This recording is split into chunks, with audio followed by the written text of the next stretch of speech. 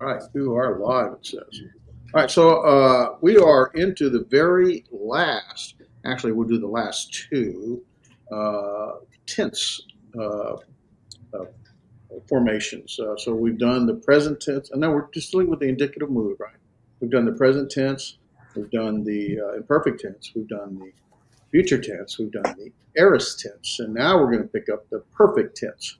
And there's also associated with the perfect tense that there's not many. I think it's 80. I can't remember. I think I want to say it's 86 or it's six. I can't remember now. There's not very many of this last tense that we're just going to introduce. We're not going to spend much time with. It's called the optative, and so we're going to look at that very briefly as well too. But once you learn the perfect optative, it's nothing. It's pretty straightforward. Perfect tense is one of the most significant uh, theological tenses, and it brings out some information that the other tenses just aren't able to do. So let's dive into some of that. And so a little bit of background. So when we look at our imperfect tense, what we generally see is some sort of past kind of ongoing, iterative, maybe recurring kind of action. So a progressive kind of action that's in the past, like I was conquering. That's how we might say give that nuance of a past but ongoing action that occurred in the past, right? And then so we look at the aorist as also sort of a past, right? And but the difference is, of course, in the aorist, you're really talking about a past event without any depth of what whether the event was ongoing or any of that kind of stuff. So it's just a simple assertion that the event occurred, right? I conquered. Okay, now because we mentioned these two, the imperfect and the aorist, are both past. Uh, what um, what form in what form would give us that indication? I'm going to ask you guys the question now. What form gives us an indication that's a past event? Got the imperfect tense and the aorist tense. All right, what's unique about that? A couple of things. The augment, for one. Amen. The augment is number one, right? You have the that epsilon augment. And what else would give you a really major clue that you're dealing with a past kind of event, whether it be ongoing, progressive, or just whether it be perfective or imperfective. Um, what else? Would one of them be like the change in the stem? Okay, not really. No, you will have a change in stem in present tenses. You have a change in stem in all the different tenses. You're talking about like first aorist, second aorist. We'll Sure. have a first perfect, second perfect too. We'll have a first future, second future. Those kind of things. That just happens to be how sometimes words evolve, and sometimes they'll use a different stem or even root for to express the same word in a different tense or different meaning. So So the personal ending then. yes, yeah, those are the two major issues, right? So the personal endings. So the augment, the epsilon, and the personal endings, secondary personal endings, they're going to be your major clue. In some cases, like the aorist, you may have predominantly will have a tense formative, the sigma alpha. But as you mentioned, Jake, if you have a second aorist, you don't have the tense formative, right? You don't have the sigma alpha. In the imperfect, there is no tense formative. So we're talking about the augment and the secondary personal tenses. Very good. All right. So past events and how they're displayed. Now, present can also be something that's under ongoing, that is perfective, that is um, continuing in some form, right? And that makes sense. I am conquering. And typically, we use the sort of the participle form, the ing form, to show it's ongoing of some sort in English. Okay, and then we could also do the perfect tense. And the perfect tense is really sort of a combination of the aorist and the present. In that, from the speaker's perspective, not necessarily from our perspective, it's gonna speak to like an aorist event, a past event without indication of whether that event was ongoing or something relative to the past. But it's going to have speak to that past completed event. But the implication is that the results of the event, the impact of that event, is ongoing in the present from the speaker's perspective. So it's like, as a matter of fact, I think the book calls it a. Let me see, I have to look at so I can pronounce it right here. I think at page 277, combinative, number 25.3. It's basically like combinative would be like to combine, right? And technically, linguistics refer to this as the combinative, where basically it says linguistically correct term when speaking in tense is combinative, and it's a rather strange sounding word. The perfect combines the aspectual force of the aorist, indicating completed action, and the present indicating an ongoing type of action. Where in the past we might have imperfect, we would have I was conquered. Aorist would be I conquered, just a completed, simple assertion of a past event. Present would be something like I am conquering. But the perfect would be something like I have conquered. One of the issues with English is we really don't have a perfect. We have to try to, I don't want to say fake it. We have to sort of try to form something that depicts a completed past event that has ongoing results. And so the closest we can get to is using helping words like I have or I had or it has. And so we'll often see those helping words associated with the English translations. Okay, does that make sense so far? Are we okay? Yeah, I was looking at with that tetelestai is a perfect passive. Yeah, we're going to get there. Okay. Yeah. With that side of it, but the helping words, it is, Yeah, it is finished. Mhm. Yeah, we're going to get there in a minute. All right, so. Sorry, jumping No, ahead. you're fine. Yeah. Okay. So the perfect is sort of a combination of the aorist and the present is typically how we sort of look at it in a very high level kind of thing.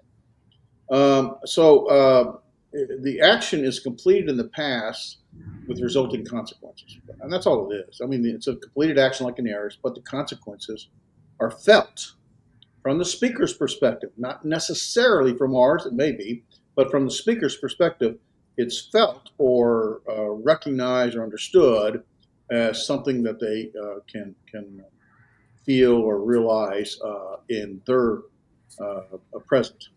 So the action does not continue into the present. So there's no continuing action in the present, but the state of affairs, the impact, the results produce some effect into the present as a result of what was completed in the past, right?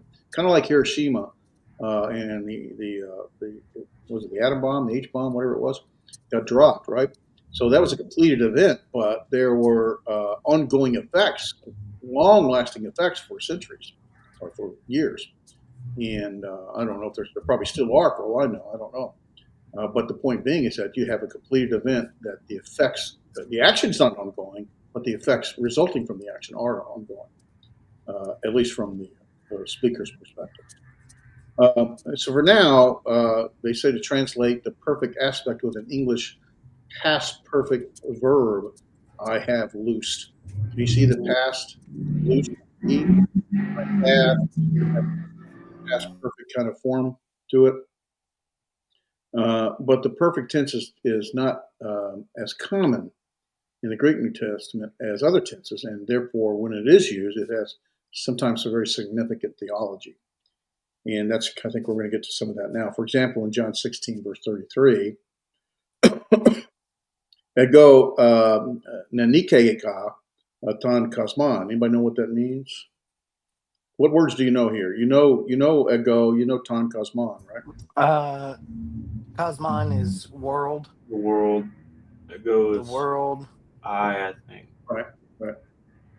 So the word here is Nikkei is I conquer, and find it used often in, I think, 25 times or something like that in Revelation. But here's in the perfect form, and we'll talk about the form later. And so I have conquered the world. So the emphasis here, let's see if it brings it out. Yeah.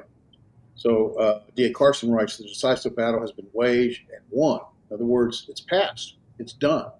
But the world continues its wretched attacks. But those who are in Christ share the victory he has won. So while the victory is already completed, it's already won, the results of that victory is felt for those in Christ. They cannot be harmed by the world's evil, and they know who triumphs in the end. So here we see the Nikeka in the perfect tense, depicting something that's completed, the conquering of the world, but yet the results of that conquering continue in today for those who are in Christ. That all makes sense, right? We're not over anybody's head, I don't think. No. Yeah, okay. All right. And the same thing here with John 19:30 that you were mentioning.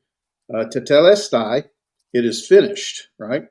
And as you pointed out, it is finished. And notice the past tense, finished, but it's in the present. It is finished. It's one word in Greek, tetelestai, is a summary of Jesus' entire life and death on the earth.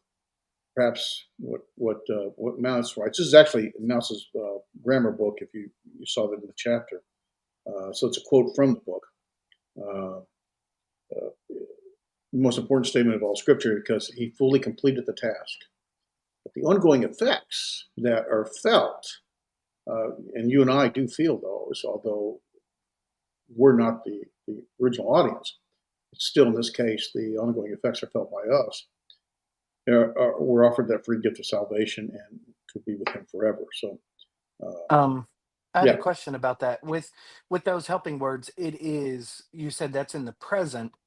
So in our teaching of this, if we were to teach it, it'd be useful to bring that up, that it's still in the present. This finished act of Christ is still in the present as far as like Okay. No. it's Let's be careful now. The action itself is completed. yeah. Okay. So that's why it's finished with the ed, right? Finished. Yeah. It's a completed event. But and I know you understand this, but when we talk about the English language here, the ongoing effects of what is finished is in the present from the speaker's perspective. I want to Okay. keep iterating that, right? That's why it says is. Okay. All right. So when Jesus said it is finished, he said that he has completed all that God has, the Father has asked him, required him, expected him to do. And it's finished so he's did it all. It's past, it's done, but yet the effect is felt at the moment Okay. that he is speaking it. And in this case, clearly the effect is felt for those who in the world ongoing, Hmm. especially for those in Christ. So, Okay. yeah. All right. So 1 Corinthians 15:4 is another one. Geratai, he has been raised. Okay. So obviously, agertai is to raise up. I raise up, and you see raises in the past, and you have the has been. The has gives you the past, but the been it gives you the implication or that it's been done, and there must be something else to it. I'm trying to think of the example. See if it's got the example here. So this is called a perfect passive. He has been raised, implying that he was both raised from the dead and he still lives. There's an implication. Gordon Fee, by the way, is the chairman of the ESV Bible. Pretty smart guy. Anyway, so he has been raised, and yet there's the implication, the implied. It's not stated, but the implied he has been raised, and the implication in the language is that there's ongoing effects from his resurrection, and the implication is that he is still alive, he still lives. Now, you don't necessarily get he still lives from he has been raised, but in the context you do, and ultimately the phrase. Uh, a gegertai in the perfect speaks to a completed event that has some sort of ongoing impact in from the speaker's perspective. The NASB says he was raised. Yeah. So Okay. again, uh, the obviously they're emphasizing the past event, what Hmm. they raised in the ed form, and the was. The has been in the ESV is probably an ESV. I didn't even look at it. Has been is probably when we use it has been in English, we're typically talking about something that was done, and it kind of gives. This is the problem with the perfect in Greek and English. We don't really have a clear, uh, direct correlation, and so we can use, in this case, the perfect passive in English, and so it has been. What the NASB is trying to do is just emphasize the past and obviously the passive form of that. He was, in other words, it was not only past, but it was something that was done to him. So I'm just trying to make sure I understand this. It's like if you fix something, like if you fixed a car, I have fixed the car or I fixed it, but it still has ongoing ramifications because the car is fixed. You can use it. You can, because of the actions that you took. Yeah, and this is where it gets difficult in English translations because, like I said, we do not have a direct correlation for the Yeah. perfect tense. So in Greek, the perfect tense speaks to a completed action that has ongoing results, ongoing impact. Not the ongoing action, but ongoing impact. So I fixed the car. Well, that's a completed event. There is implied ongoing impact, right? A result. Well, now I can drive. Now it Yeah. works. It's there. It's sort of implied, and so it has been fixed. Gives even a little more that because normally when we say it has been fixed, you almost want to complete the sentence. It has been fixed and now it works. It has been Yeah. fixed, now I can go. So I was about to say that. Like if you were writing a story, you'd say, well, and then they got in the car. That that's way right. okay, it's still Right. going. So there's the English language doesn't directly correlate, but we can sort of get the same thing out of it. But there's different ways to do that, and Yeah. that's part of the translation art and science. It's a little complex from time to time. How do we get the same meaning in English that the Greeks would have understood intuitively? And it's not always straightforward. It's sometimes a little more. Well, I see why we have to have so many helping words with that. Yeah. Well, I mean, here we have one word in Greek, and here we got in this particular case 4 words in English to try to get the same Yeah. meaning across. And it's debatable whether you actually get the same meaning. Is Notice the there note here. The note here is says that there are some occasions when the author does not intend this full significance of the meaning of the perfect, in the context to determine how each verb used.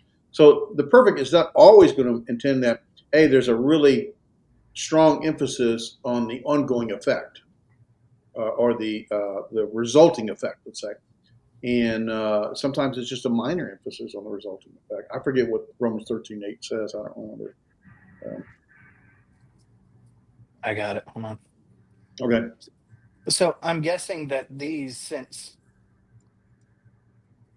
You're guessing what? since I'm saying since in English that these past perfect or perfect passives that there's much debate over like the true meaning of these and the words. I don't know. I mean, that's Be- not my area of expertise. I would think that much debate might be. I'm not. There may be. I'm not aware of it. okay. There's not much debate on what the intent of the meaning is. There are different ways that someone might want to express it, and that's where you get to the art of translation. That's why an ASB might have one approach, the ESV a different approach. The question is, they're writing to generally, possibly, audiences of different levels, and so depending upon who their intended audience is how they might use the English words to try to get the same meaning across. Yeah. The Romans 13:8 says, "Owe nothing to anyone except to love one another, for he who loves his neighbor has fulfilled the law." Yeah, I don't know which one is the perfect in there. I'd have to look, and I'm not going to.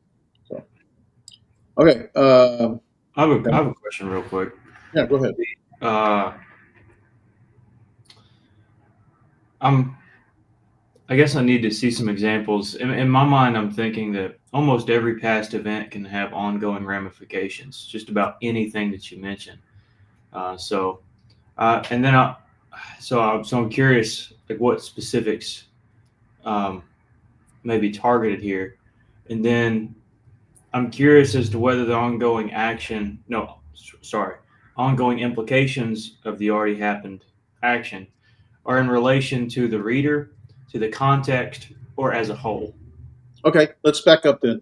It's a good question, both of them, and let's realize the number one, the fascinating choice of our creator to bring us the Greek language and the nuances in these tenses. So the imperfect tense is going to depict a past event that has some ongoing action in the past. We went through all that, right? The aorist, just a sort of a statement of a completed event, a assertion of fact, present, et cetera, future, et cetera, right? So God gave us this with these nuances, these tenses, and so the author chose these tenses. So for a specific reason. So if the author chooses, and he could have said something like in the aorist, and yes, there might be some, um, um, uh, uh, let's say, implied ongoing event simply from a reality perspective. Okay, it's a reality that okay, he finished the job, so that means whatever the job was, now people can use the results of that. I mean, that would be the part of the reality, but the fact that they use the perfect tense and not the imperfect or not the aorist is significant because it specifically implies or means that the effort was not only the action was not only completed, but the results are felt from the speaker's perspective in the present. Um, and so that's that's so if the tense, the author is using a different tense, the imperfect, the aorist, the present, the future, whatever, there may be underlying reality of life that something was completed, and so there's clearly, you're right. Clearly, there could be some ongoing and will be some kind of ongoing impact of what's completed, right? But the author didn't intend to emphasize the ongoing completed impact, the impact of the completed event, unless he used the perfect tense. That makes That sense. Okay, let go me add ahead. one more thing before I lose it here. So so that's very significant. That's why the perfect tense is so significant and theologically significant. And then to answer the question with what was the second one? Who is okay? The answer is it's from the speaker's perspective. Of course, he's writing to a given audience, but he's writing from his perspective, and he uses the perfect tense. The application of that, the implication of that, and the application of that may also apply to his audience, and it may or may not apply to you and I, but it may apply to us as well. But he's writing from his perspective, and most often I would I would guess, I hadn't looked at it, that if he's writing from his perspective, it's a completed event where the impact is felt in the present of his time. It's probably felt in the present of his audience time because they're in the same present. Most likely, I don't know that for a fact, but whether it's felt in our time is a different. It's kind of whether or not how it applies. That makes sense. That help? Yes. Okay. That perfect is in that Romans 13:8 is peple roken, and it has fulfilled the law. Okay. Has fulfilled. Yeah, I'd have to look at it closer, but basically, I guess the implication here is that the law has been fulfilled, and the fact that there is a perfect meaning that there's some ongoing results, but Maybe, I don't know. I have to look at it. Yeah. Yeah, I don't have a good answer. So sorry. All right. No, I was just pointing it out which one it was. All right. Let's look at form now. Okay. Now, yes, there is a first and a second perfect, just like there's a first and a second aorist. We have the same thing in English. It's a little difficult because we don't think about it, but we have words that will have a different ending or a different root um, when we use it in different tense, right? We see swim, swam, swum, ran, run, those kind of things. Same thing. It's exact same thing, right? So the first perfect active indicative is going to use a reduplication. Now, you can call it an augment. Technically, it's not referred to as an augment. It's a reduplication, and the reason it's a reduplication is because it's going to reduplicate the very first consonant with an epsilon in between. That's why it's called a reduplication. And one of the fascinating, great things about this, it's so easy to spot. You almost cannot miss it. This lelukaben is so easy to spot, and it just makes it much easier. And you're like, okay, that's a perfect. I don't even have to realize, oh, my tense form is a kappa alpha, and then I use my primary personal endings. But once I see the reduplication, that's almost enough for me. And then I confirm it with the kappa alpha. Now, you're familiar with the tense formative for the aorist as a sigma alpha. In the perfect, we just have the kappa alpha. And so we get, there's our reduplication, le lu, there's our stem, ka, le lu ka, le lu kas, le lu ke, or ken, le lu kamen, le lu kate, le lu kasi, or kasim. So it's pretty consistent. Notice there is no connecting vowel. We don't need a connecting vowel. We have the alpha ending here, so we don't need a connecting vowel. Although I say that, there's going to see in a minute here that never mind. I'm going to leave it at that. All right. So this is what you'll see most often, right, is the reduplication. I'm going to go over the different forms of reduplication. They're not hard. You will have sometime a second perfect word. And basically, it's going to use the alpha and not the kappa alpha. Just like in aorist, we had a first aorist that had the sigma alpha, but the second aorist just had the alpha and dropped the sigma. Here, for the perfect, we have the kappa alpha for the first perfect, and the second perfect will just drops the kappa. And that's all there is to it. Okay, so it's really not hard to spot. These just going to make, it's it's like the augment for the imperfect and for the aorist especially, not only the augment with the epsilon, but the sigma alpha for the first aorist. It's just going to be really a red flag, identifiable. You generally won't have trouble seeing it. Not saying you will in all cases, but generally. And same thing here with the perfect. The first perfect is going to be that reduplication, the tense formative, and then you're using the primary personal endings that you're already familiar with. Okay, and so now the middle passive is the same thing. Now here, though, you don't have the tense formative, nor do you have the connecting vowel. This is a unique situation. There's no connecting vowel, all right? There's no connecting vowel, and there's no tense formative.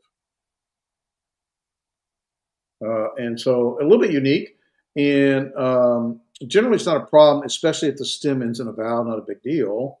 Some of those stems in, as you know, is a consonant, and that can make it a little more difficult, one consonant to another. But this is how it's formed. I can't tell you why. I don't know. I didn't spend the time to dissect Well, it. Why do we not have a connecting vowel? Why do we not have a tense formative? My belief and understanding is because you still have the reduplication, it's really not necessary. You're going to use the primary personal endings for the middle passive, right? And so it's still identifiable. And really, that's what we're talking about is how do you identify it? So if I'm using the primary personal endings for the middle passive and I have a reduplication, it's not hard to figure out. Okay? Even though there's no connecting vowel, no tense formative. And so you get la lumai, la lusai, la lutai, la lumeta, la luesta, and la lutai. La luntai. Luntai. Say that really fast 5 times. Laluntai. I'm just being sarcastic here. Well, All right. even the fact that the connecting vowel isn't there, that would be kind of Another clue. another clue to be That's right. like, well, here's this repeating as far as the le and then the lu, Right. that repeating part, but there's no connecting vowel there. So that says, okay, we're dealing with perfect but middle passive. And if I remember right, this is unique. None of the other tenses, they lose the connecting vowel, but they only lose the connecting vowel when the tense formative has a vowel at the end of it. But here, I think it's unique where there's no tense formative and there's no connecting vowel. So that would be another clue, although it's not my first clue. My first clue is the reduplication, period. And then, of course, because I'm using the primary personal endings, middle passive endings, then it's middle or passive. The fun is to differentiate between middle passive. Matter of fact, I answered that question for Jake, and his test I finished grading this morning. Haven't sent it to him yet. When you look at a middle, you're looking at basically there's no agent that is doing the action, or the agent is really the subject is doing the action, and both doing and receiving the action. Or passive form, there's generally an implied agent, sometimes stated but sometimes implied. God is the agent, or maybe someone else is the agent, and they're doing the action to the subject. But in the middle form, it's generally there's not really any kind of implication or reference to an agent doing the action, except for the only option would be is the subject doing the action and receiving the results of the action themselves. And so, context tries to help you, but sometimes debate going between middle and passive is it's not a guessing game. Obviously, the author knew, the speaker knew, and the audience understood. Although it's quite possible the audience might have got it wrong too. But clearly, we're more separated in time and language, that it's easier for us to potentially get it wrong in that sense. So more time is spent to try to understand, well, what voice is he really using? And really, you can only try to figure that out through context most of the time. Okay, and so let's talk about the various forms of reduplication, right? You can have vocalic, right, a vowel.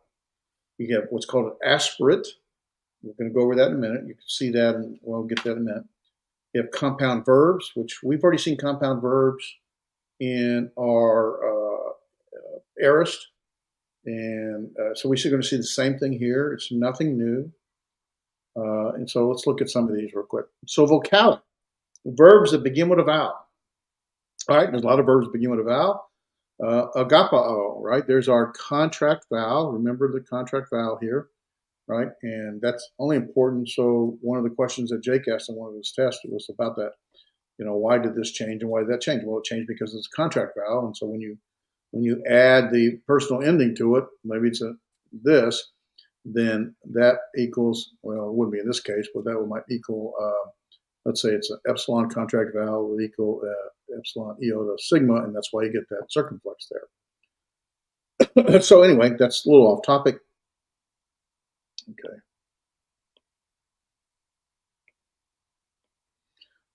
So verbs that begin a vowel will generally lengthen, and we've seen that before. Reduplication usually causes the initial vowel to be lengthened. I think I just said that. Just like it does in the imperfect and the aorist, it's the same thing. And so oftentimes we'll see a lengthening to the eta, which is very, very common. And so we get peka. Now, there is our tense formative. We don't have that reduplication like we saw before. It is reduplication, excuse me, but it's a lengthening in the vowel form. And that may give a little bit of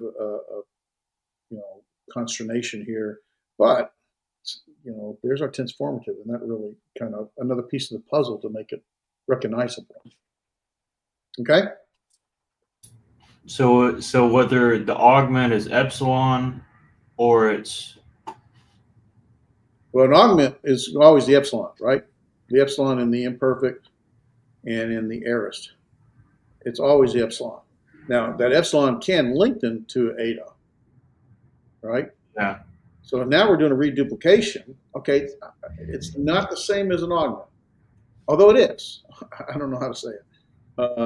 Remember, reduplication is I'm reduplicating the beginning of the word. In this case, a consonant, and we're putting an epsilon in between it, right? yep. But here, the reduplication is the lengthening of the vowel. So the lambda just drops. Well, there's no lambda when you start with a vowel. Okay, when the word starts with a vowel, Okay. the reduplication is only going to be with the consonant. So the consonant will reduplicate. Let's go through a few, and you might see it. Okay. Okay, so here, let me clear this so it's a little more. Okay. It So does. here, the lexical form is agapao, right, our contract vowel. The imperfect is agapaon, right? There's our lengthening. Yep. This was an epsilon for the augment. Yep. The aorist also has that epsilon for the augment and it lengthened, but yet we have our sigma alpha here. And then here now we have the perfect that also has a lengthening, but this is really a reduplication, right? Not really an augment, although there's not much difference in this case. But there we have our kappa alpha. So go ahead. I'm misunderstanding, but the lambda you're saying the epsilon and the lambda epsilon is the only thing that's doing anything. Huh? So the lambda drops. No, there's no lambda.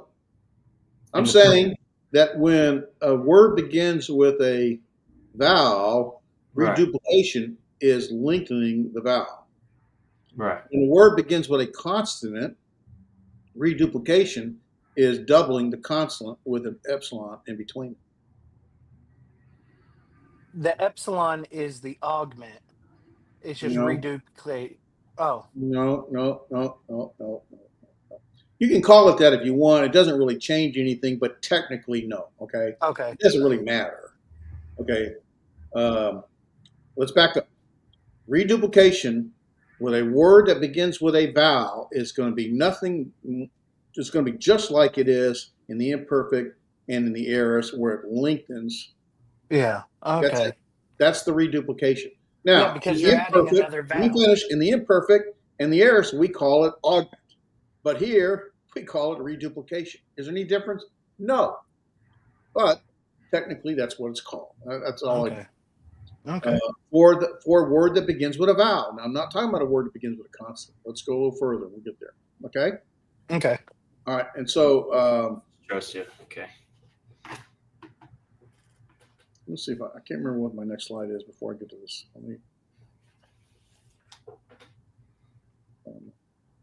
No. Let me back up a bit.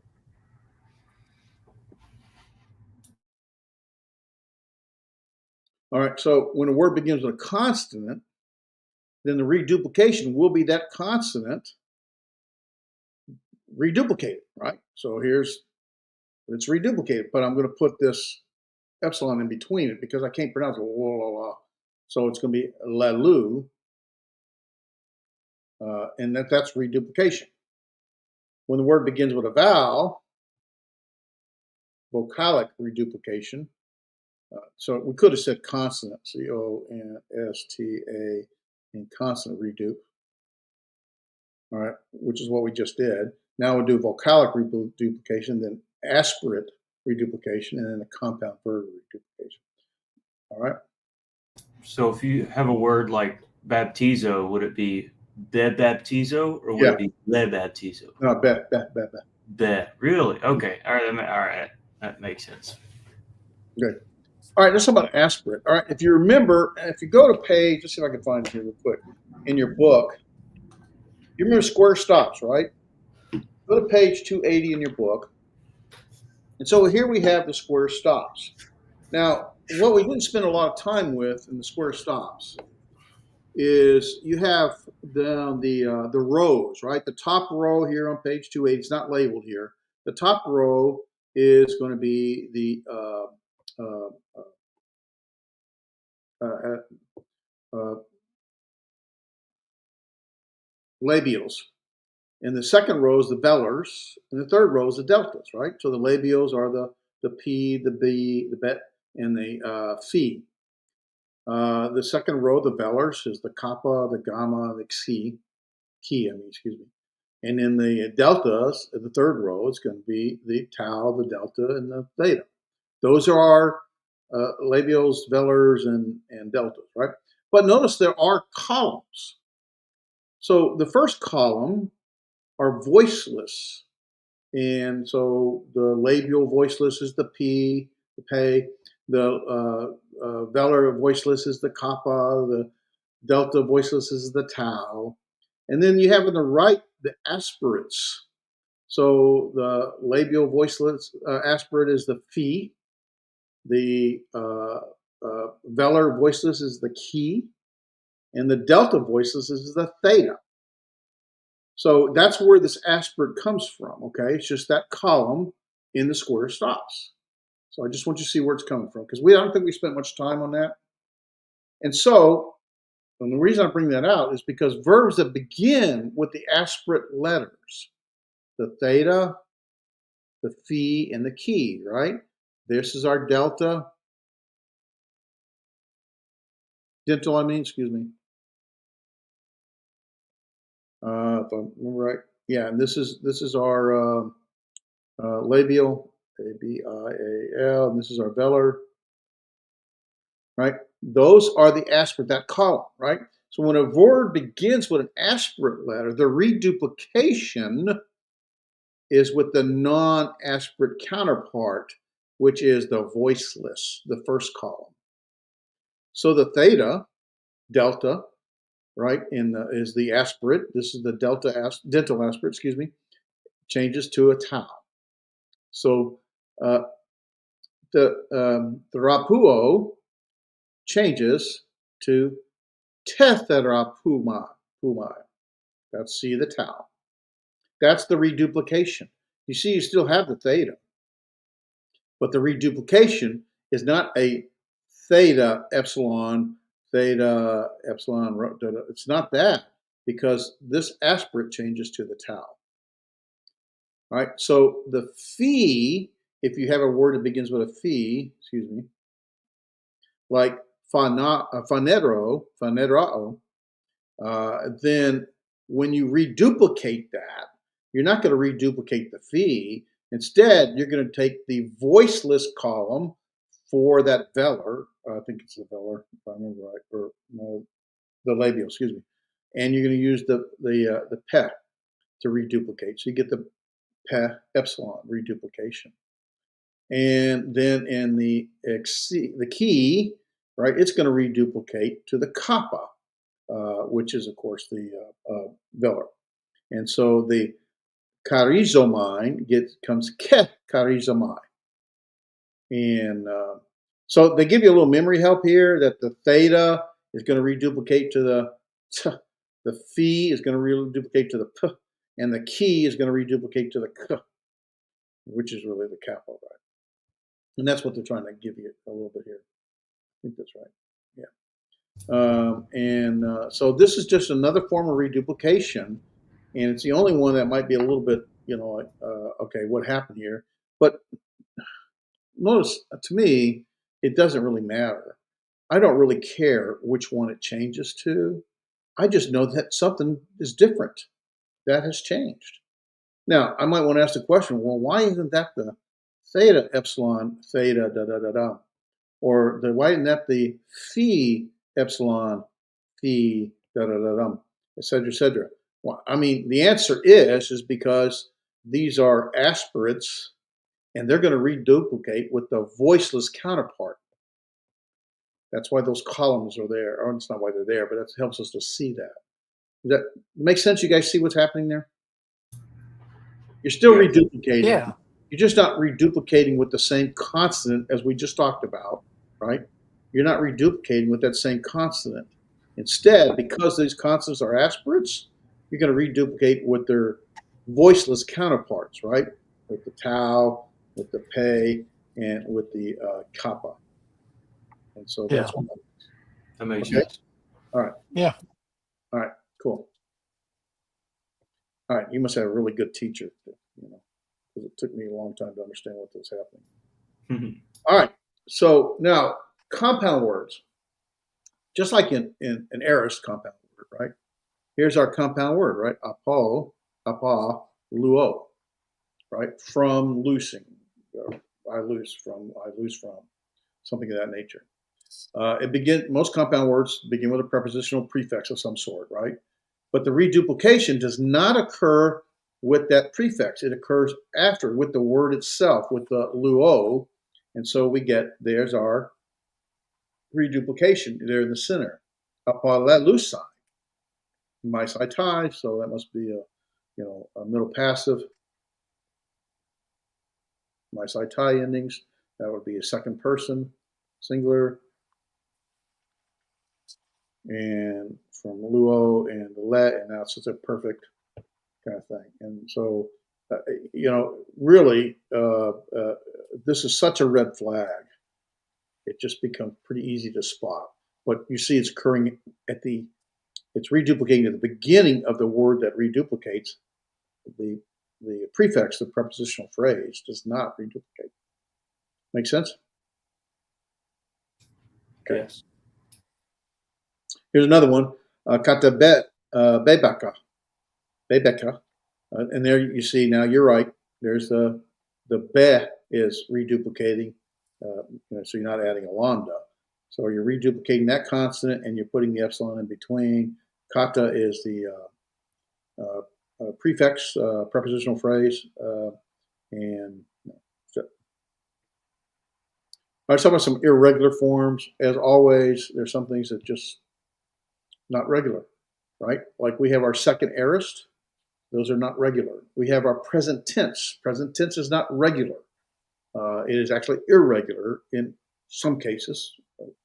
Sometimes the present tense is the same as the other tenses, and they all follow the same regular format, but not always, right? Ba lo, double lambda is the present. Single lambda would be the future, perfect, and other tenses. Those kind of things. So same thing here. We are some irregular forms that sometimes just doesn't make sense. And the results, these are often as a result of the reduplication or an addition of the tense formative with the kappa.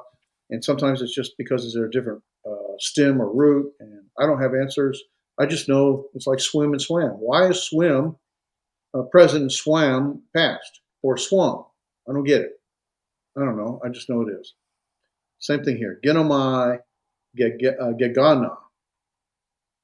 All right, there's our reduplication. Why this? I'd have to really spend some time to figure out. I don't know. Grafo. There's our reduplication. Grafa. A little bit easier to see. Erkamai. Now, Erkamai we already know we've already seen Erkamai has a completely different stem in the aorist because it uses the second aorist form and not the first aorist form. The second aorist form is just going to be a different. And so there's our reduplication right there. Elelufa for Erkamai. I believe that's right. I could be wrong. I think that's correct. That's the reduplication there. And Lambano, we've seen before. Again, it's just a different stem or root that's used, just like swim and swam and ran and run and all that kind of things. Patho, here's our reduplication, and it's a different form that's used in the second perfect. And I guess that was it for that one. And so some verbs have irregular perfect form, as we mentioned. Other verbs have irregular forms caused by irregular stems. Okay, so we said some can be caused by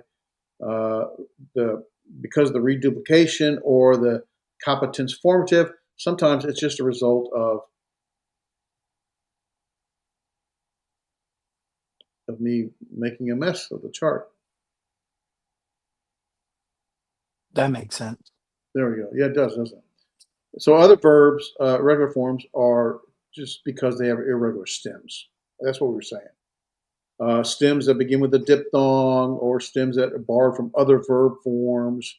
There's all kinds of evolution on some of these words, and they're borrowed words that merge, and all these kind of different things happen over time, and sometimes they make zero sense at all. At least not to us. And they may not have to the original, the classical Greek versus the Koine Greek people. I don't really know. Anabino, right? There's this is our prefix. We got our prefix, and here we have our reduplication. Anabebaka. And so this is not that hard to recognize. Eurisco, I found, right? And here we have, I'm not positive. There's our tense formative. I think sometimes, if I remember right, the diphthongs don't necessarily reduplicate. They will sometimes, but not always. So I think there's not a visible reduplication here. I think I'm going to memory because I do know that sometimes diphthongs, they may reduplicate with or like an epsilon iota might become an eta subscript iota. But sometimes diphthongs don't reduplicate at all. But yeah, so I don't know. But we still have the kappa alpha. Let go. I speak. Reka. Well, here's our kappa alpha, and this is from a different root. And you see here yeah, I really don't know exactly if this is the reduplication or not. I think it is, but it's from a different root, so I don't know. So there's other irregular perfect forms. Again, when the verb stems ending at tau, delta, theta, or zeta will drop, right? These letters before the kappa tense formative. So it's just like we saw with the sigma, the kappa has the same impact to the tau, the delta, the theta, or the zeta. And so we see engizo, and that is what I got not there? Engiza, enzika. I don't know why I have not there.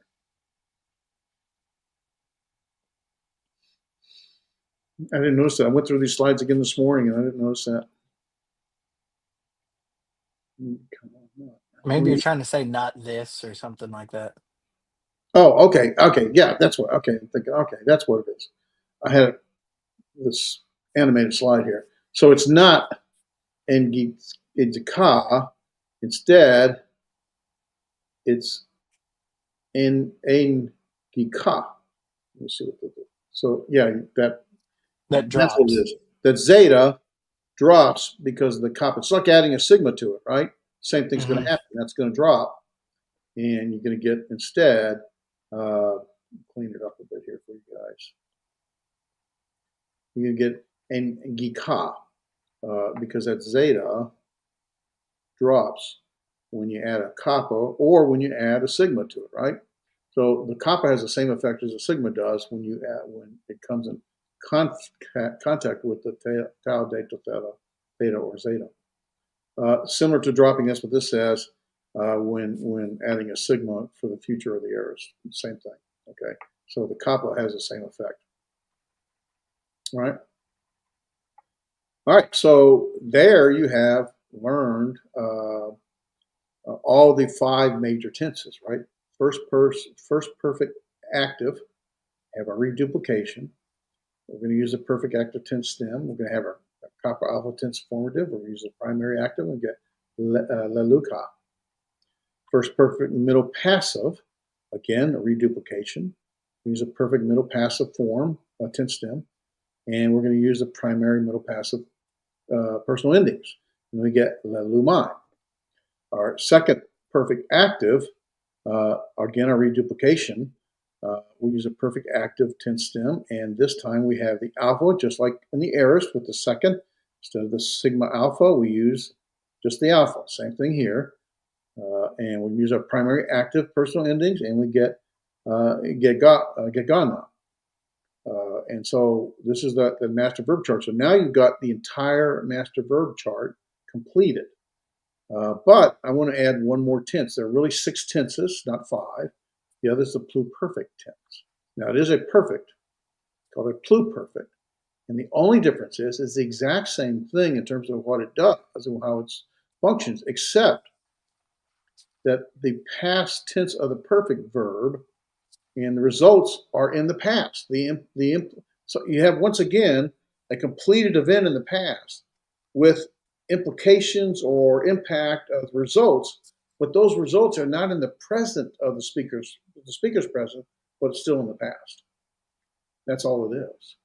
So it includes the augment, like sometimes there's not an augment. It includes reduplication.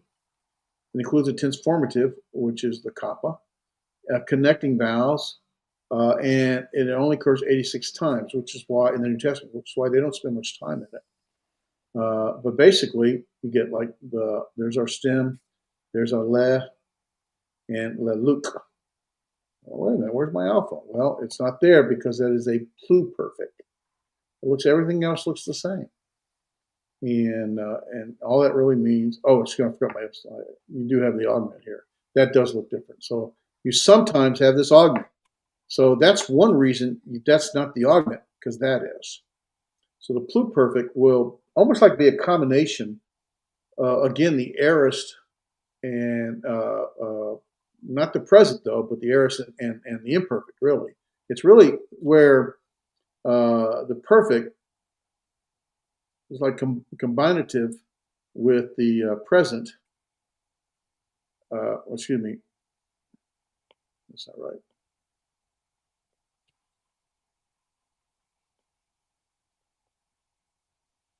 Let's do it this way.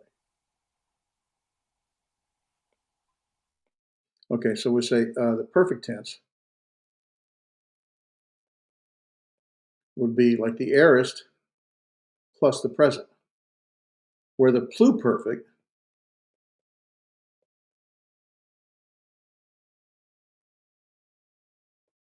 is going to be more like the imperfect plus the aorist. Actually, probably better to say it the other way around. Be more like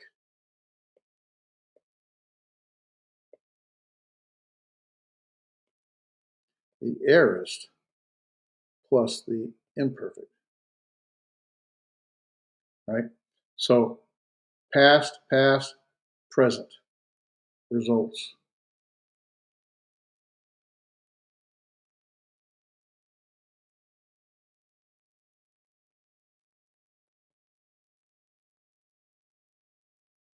Right? And so here it's a past completed event, and the ongoing impact of that event is felt in the past, and that's just like combining the imperfect and the aorist. Okay, and that's why you see I think that's why I'm not an expert. I think that's why you see this augment here. So the pluperfect will add the augment sometimes, and have the reduplication, and it'll have the kappa, not the kappa alpha, and not the alpha as the tense formative.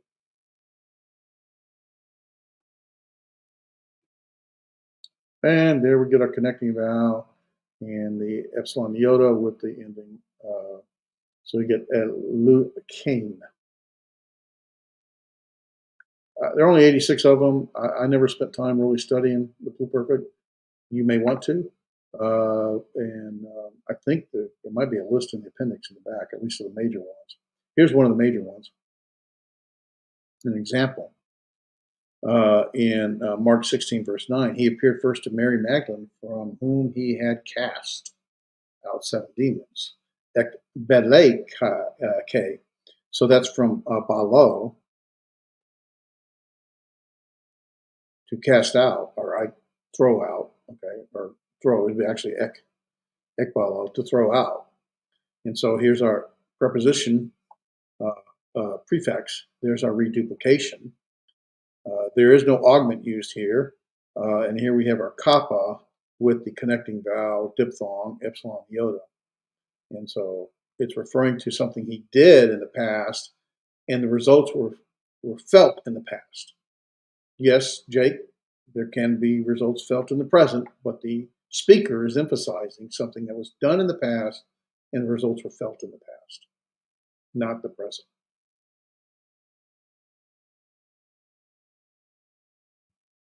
And that is all 6 Greek verb tenses. You now have gone through all 6 tenses. And that's a big feat. And so from this henceforward, we'll start looking at, well, actually, we're going to move into participles and infinitives and in the indicative mood. We're going to stay in the indicative mood for a little while. But once we get to participles and infinitives, we'll start looking at the other moods, the subjunctive mood, the imperative mood, and such, the optative mood. I think earlier I said optative tense. I meant that's optative mood. And I meant the pluperfect tense, not the optative. That's a mood. Any questions?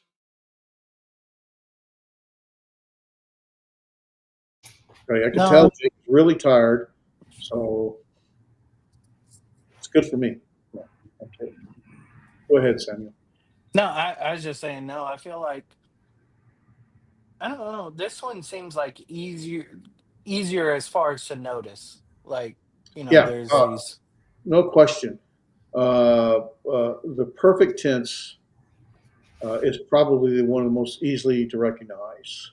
Yeah, because like compared to all the others, it's missing parts of the others, but it's Yeah. also gaining, a That whole entire different part. reduplication, that reduplication just stands out and makes life Yeah. so much easier to figure out. And there's of course other clues with the tense formative, and even if there's not a tense formative, you still have the reduplication. Especially if the word began with a consonant, that reduplication will be there most every time. If it begins with a vowel, okay, you still have reduplication, but it's probably a lengthening of sorts. If it has a diphthong, that diphthong may lengthen, and it may not. It may stay the same, but then you'll probably recognize the kappa alpha or some other form that tense formative that tells you that you're in the perfect. So it really one of the most recognizable ones, much like the aorist with the sigma alpha and its epsilon augment. So, Hmm. but even more so, I think. So, one easiest to recognize. It just doesn't take long to see that. So, congratulations. Okay, I was going to do a quick review. It's about out of time. These aren't. These are not the complex. So the active voice. Remember, the subject performs the action. The present tense. I am loosing. Right? We have this sort of or going, or maybe it is I loose. Right? Two different views or perspectives here, but both in the present. I am loosing. It's ongoing, or I loose still in the present. Uh, Imperfect. I was loosing. Again, it's ongoing, but it's in the past. Future. I will loose. Pretty straightforward. And the aorist, of course, I loosed. It's just a stated event. Uh, an assertion that he did it. That nothing else is given. And the perfect, of course, I have loosed. We try to emphasize or try to bring out that, and that's why we use the have or has or some other helping words. Try to bring out that this past event has some ongoing effect from the speaker's perspective. A passive voice, the subject receives the action. Present, I am being loose, right? That's why we have the being here. Is even though it's in the past, is am tells us it's present. Imperfect, I was being loosed, right? Again, past, it's completed, and the being tells us this ongoing event in the past. Future, I will be loosed, again, completed, but will be in the future. Aorist, same kind of thing. I was loosed, just a assertion of a fact that was done in the past. That was done to me in the past. That's why it's passive voice. And I have been loose. That's kind of give that nuance of having been done to me, but still show that there is some sort of resulting impact of what was done to me in the past. And one more, I think, middle voice, where the subject performs the action to himself or for himself or herself. Right, present, I am loosing for myself. In other words, I'm doing it. and I'm feeling the impact. Basically, it's all me. In other words, here we have the agent being stated as a subject, and what the action loosing, there is no agent except for the subject, and so it becomes a middle voice.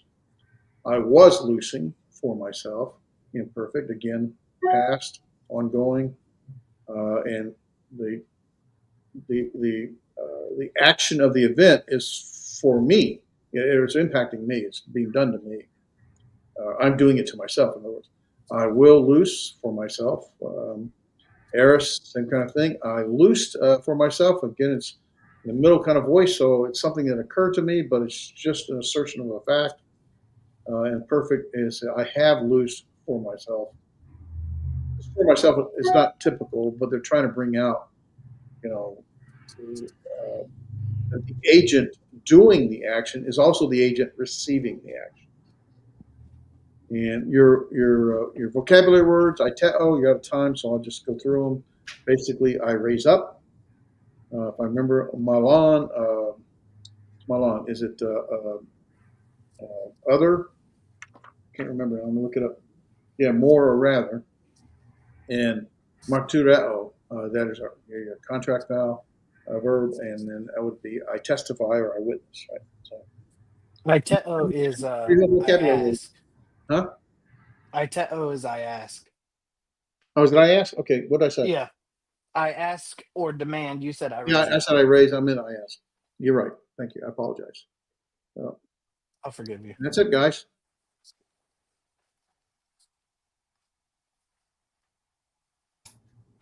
Cool.